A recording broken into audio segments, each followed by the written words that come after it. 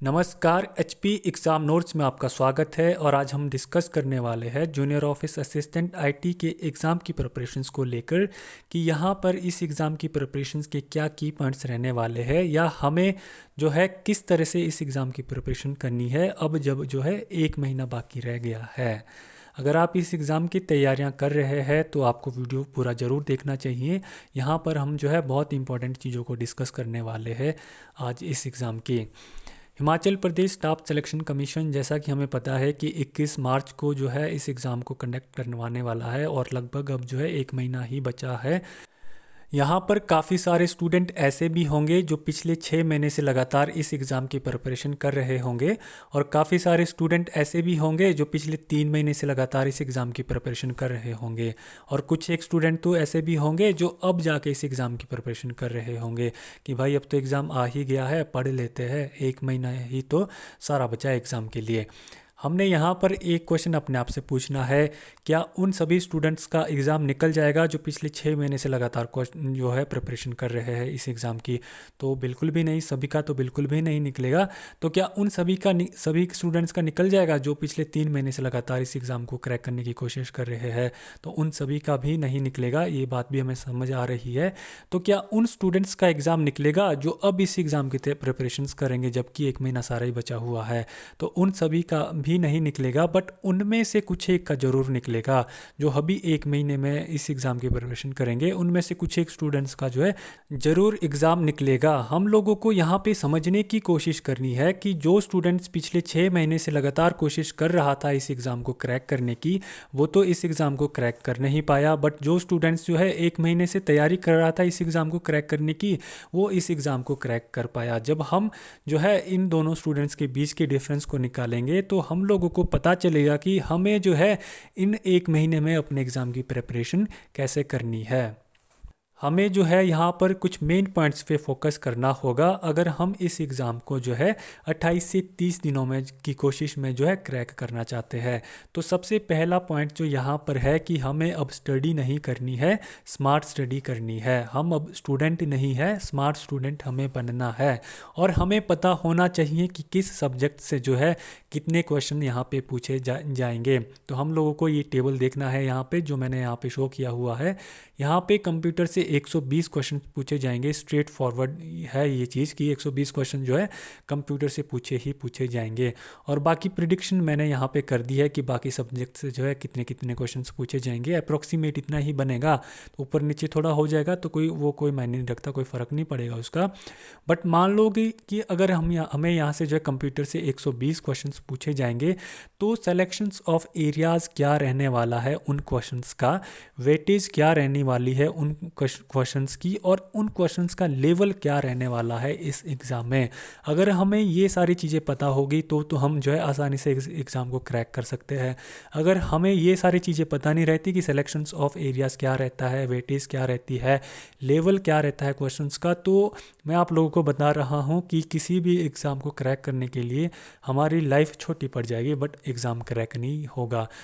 हम लोगों ने देखा है कि काफ़ी सारे स्टूडेंट्स जो है 4 साल से 5 साल से कम्पिटिटिव एग्ज़ाम की प्रिपरेशन कर रहे होते हैं बट एग्ज़ाम क्रैक नहीं कर पाते। और कुछ एक स्टूडेंट्स ऐसे होते हैं कि फ़र्स्ट अटैम्प्ट में ही एचएस लेवल का एग्ज़ाम भी क्रैक कर देते हैं। जब हम उनका इंटरव्यू देखेंगे तो हमें पता चलेगा कि उन लोगों ने क्या कहा है कि हमारे पास स्टडी रिसोर्स बिल्कुल लिमिटेड था और हम जितना था उतना अच्छा था। वो कहीं ना कहीं वो ये चीज़ गैस कर पाते हैं कि एग्ज़ाम में क्या सिलेक्शंस ऑफ एरियाज़ क्वेश्चन का क्या रहता है उस एग्ज़ाम में क्वेश्चंस की वेटेज क्या रहती है, किस सब्जेक्ट से कितने क्वेश्चंस पूछे जाएंगे और किस लेवल के क्वेश्चंस पूछे जाएंगे। जब हम इन छोटी छोटी चीज़ों को देखेंगे समझेंगे तो किसी भी एग्ज़ाम को क्रैक करना जो है हमारे लिए बहुत आसान हो जाएगा। अब हम लोग यहाँ पे समझेंगे कि हम इन छोटे छोटे फैक्टर्स को कैसे समझेंगे।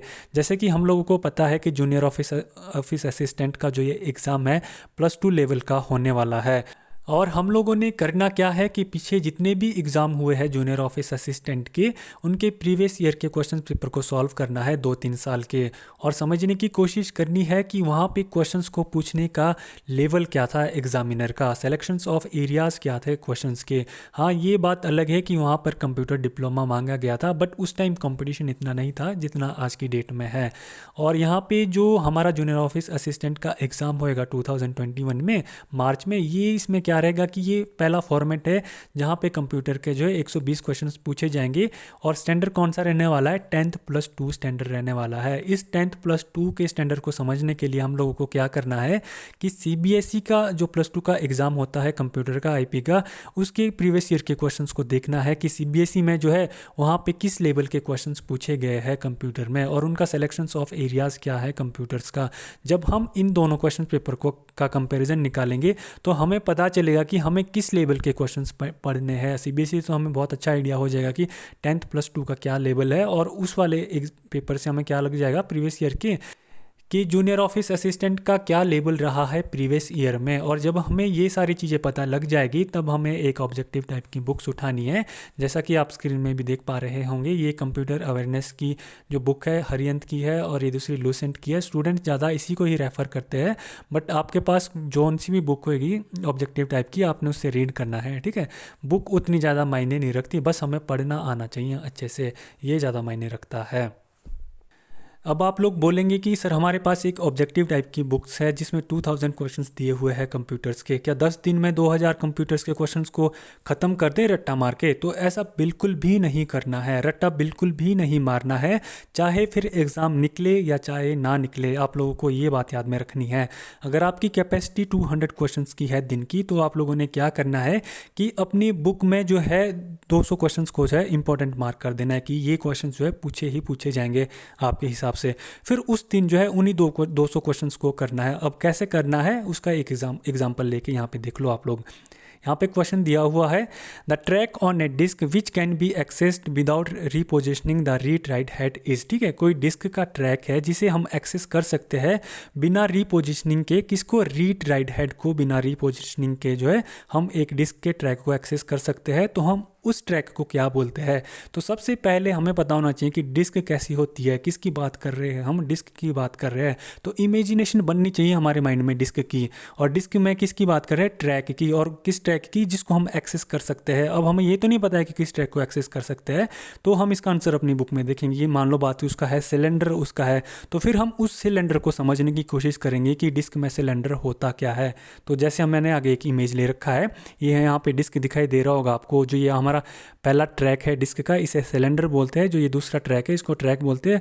और ये तीसरा ये जो आपको सर्कल दिखाई दे रहा है इसको क्या बोलते हैं? प्लेटर बोलते हैं। और डिस्क के अंदर जो हमें यहाँ पे ये स्लॉट से दिखाई दे रहे हैं इसको ब्लॉक बोलते हैं। ये सेक्टर है जो ब्लैंक सा रहता है उसको सेक्टर बोलते हैं। तो ऐसे हमारी माइंड में इमेजिनेशन रहती है, और जब हम इस तरह से क्वेश्चंस को करेंगे, क्वेश्चंस को समझेंगे, माइंड में इमेजिनेशन बनाएंगे, तो हम उस क्वेश्चंस को बिल्कुल भी नहीं भूलेंगे। और फिर उसके बाद हमने उसके 3 ऑप्शंस को देखना है कि सरफेस की क्या बात हो रही है, ट्रैक क्या होता है, क्लस्टर क्या होता है। जब हम एक क्वेश्चंस में उसके ऑप्शंस पे भी नज़र मारेंगे तो कहीं ना कहीं हम जो है उस क्वेश्चंस का थोड़ा सा एरिया वाइड कर देंगे। तो जब हम ऐसे समझेंगे, तो अगर हम दिन के 200 क्वेश्चंस को कर रहे होंगे तो हम जो है कहीं ना कहीं 500 क्वेश्चंस को कर रहे होंगे, क्योंकि हम स्पेसिफिक उन्हीं क्वेश्चंस को थोड़ी भी ना कर रहे हैं, हम उसके आसपास के टच करते हुए एरियाज़ को भी पढ़ रहे हैं। तो आप लोगों ने ऐसे डिस्कस करने हैं क्वेश्चंस को, ऐसे समझना है क्वेश्चंस को। सबसे इम्पॉर्टेंट चीज़ जो यहाँ पे बताने लायक रह गई है वो यही है कि मॉक टेस्ट अब आप सॉल्व करना शुरू कर दे। मॉक टेस्ट अपनी अलग इंपॉर्टेंस रखता है, और जितने भी हमने फैक्टर यहाँ पे डिस्कस किए हुए हैं उनमें सबसे ज़्यादा इंपॉर्टेंस मॉक टेस्ट रखता है। बट यहाँ पे एक प्रॉब्लम है कि मॉक टेस्ट हमें जो है फ्री में नहीं मिलते। कोई भी प्रोफेसर जो उसे क्रिएट करता है, बनाता है, मेहनत तो लगती है ना, ये तो हम लोगों को भी पता है। और वो जो है अच्छी क्वालिटी का मॉक टेस्ट हमें जो है 200 रुपये से कम बिल्कुल भी नहीं देगा।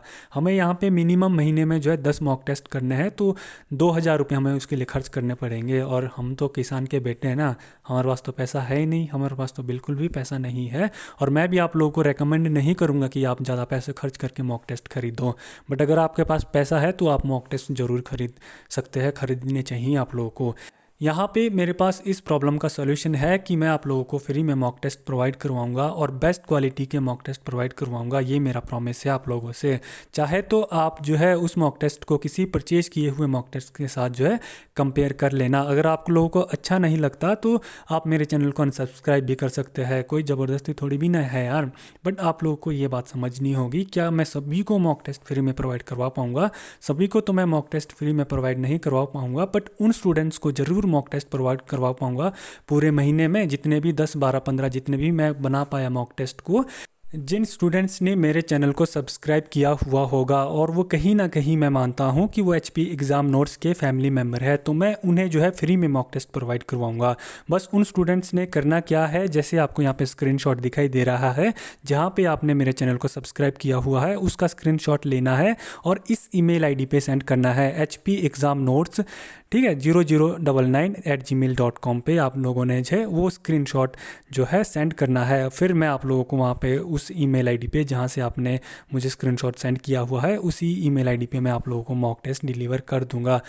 इतना तो आप लोग कर ही सकते हैं ना यार, स्क्रीनशॉट तो सेंड कर ही सकते हैं ना, ये तो कोई बड़ी बात नहीं है। अगर आप मेरे बताए हुए पॉइंट्स फैक्ट आपको अच्छे लगे हैं तो आप वीडियो को लाइक कर सकते हैं, मेरा वर्क पसंद करते हैं तो चैनल को सब्सक्राइब भी कर सकते हैं और मेरे साथ अपडेटेड रहने के लिए आप जो है बेल आइकन को भी प्रेस कर सकते हैं। Thanks for watching.